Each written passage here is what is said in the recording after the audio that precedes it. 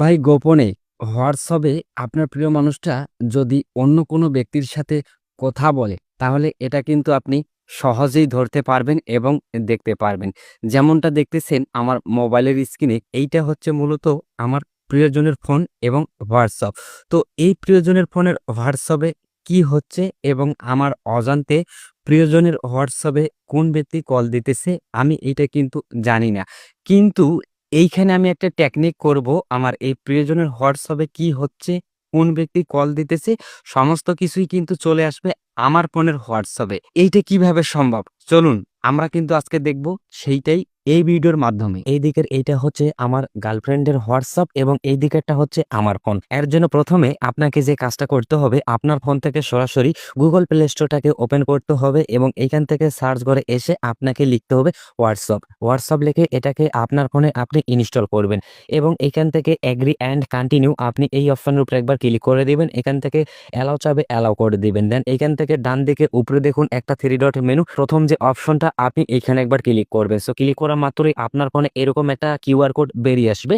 এখন আপনার গার্লফ্রেন্ড কিংবা প্রিয়জনের ফোনটা হাতে নিতে হবে। তার ফোনটা হাতে নিয়ে সরাসরি তার ফোন থেকে হোয়াটসঅ্যাপে আপনাকে প্রবেশ করতে হবে। তো হোয়াটসঅ্যাপে আসার পরে দেখুন আমার গার্লফ্রেন্ড কিংবা প্রিয়জনের হোয়াটসঅ্যাপে কোন ব্যক্তি কল করতেছে, কোন ব্যক্তি মেসেজ করতেছে, এই সমস্ত কিছুই কিন্তু চলে আসবে আমার এই ফোনের হোয়াটসঅ্যাপে। কিন্তু আমার গার্লফ্রেন্ড কিংবা প্রিয় মানুষটা বুঝতেও পারবে না। তো এর জন্য প্রথমে গার্লফ্রেন্ডের ফোনটা হাতে নেবেন, তার ফোনের হোয়াটসঅ্যাপ অ্যাপসটাকে ওপেন করে নেবেন এবং সবার উপরে ডান দিকে এইখানে একটা থ্রি ডট মেনু, এই জায়গায় আপনি ক্লিক করে দিবেন এবং এইখান থেকে আপনি দেখবেন লিঙ্ক ডিভাইস নামে অপশনটা, এই জায়গায় একবার ক্লিক করে দিবেন এবং এখান থেকে আবারও লিঙ্ক ডিভাইস আপনি এইখানে একবার ক্লিক করে দিবেন। জাস্ট শুধু আপনার প্রিয় মানুষ কিংবা গার্লফ্রেন্ডের ফোনের প্যারেন্টটাকে বসিয়ে দিতে হবে এবং এখান থেকে ওকে অপশনে ক্লিক করা মাত্রই কিন্তু তার ফোনের ক্যামেরাটা ওপেন হয়ে যাবে। জাস্ট আপনি ক্যামেরাটা দিয়ে শুধু এটাকে এভাবে একটু ধরে রাখ মাত্রই কিন্তু আমার এই গার্লফ্রেন্ডের হোয়াটসঅ্যাপ কিন্তু অলরেডি আমার ফোনে চলে এসেছে এবং আমার ফোনে কিন্তু ভাই লগ ইন হয়ে গেছে।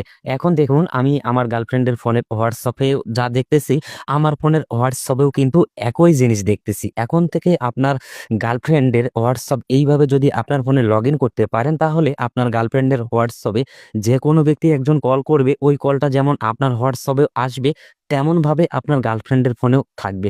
আপনার গার্লফ্রেন্ডকে একজন ব্যক্তি মেসেজ করবে, ওই মেসেজটা আপনার হোয়াটসঅ্যাপেও আসবে, আপনার গার্লফ্রেন্ডের হোয়াটসঅ্যাপেও আসবে। আপনার গার্লফ্রেন্ডকে যেই ব্যক্তি মেসেজটা দিল, ওই মেসেজটা আপনার হোয়াটসঅ্যাপেও যেমন দেখতে পারবেন, আপনার গার্লফ্রেন্ড তার হোয়াটসঅ্যাপেও দেখতে পারবে। তো এইখানে বিষয়টা হচ্ছে, ধরেন আপনার গার্লফ্রেন্ডের হোয়াটসঅ্যাপে একজন ব্যক্তি কল করলো, ওই কলটা একই সাথে দুইটা হোয়াটসঅ্যাপে কিন্তু চলে আসবে। প্রথম যেই ব্যক্তি রিসিভ করবে ওই ব্যক্তিই কিন্তু কথাগুলো শুনতে পারবে, পরের ব্যক্তি কিন্তু এই কলটাকে রিসিভ করতে পারবে না এবং সে কিন্তু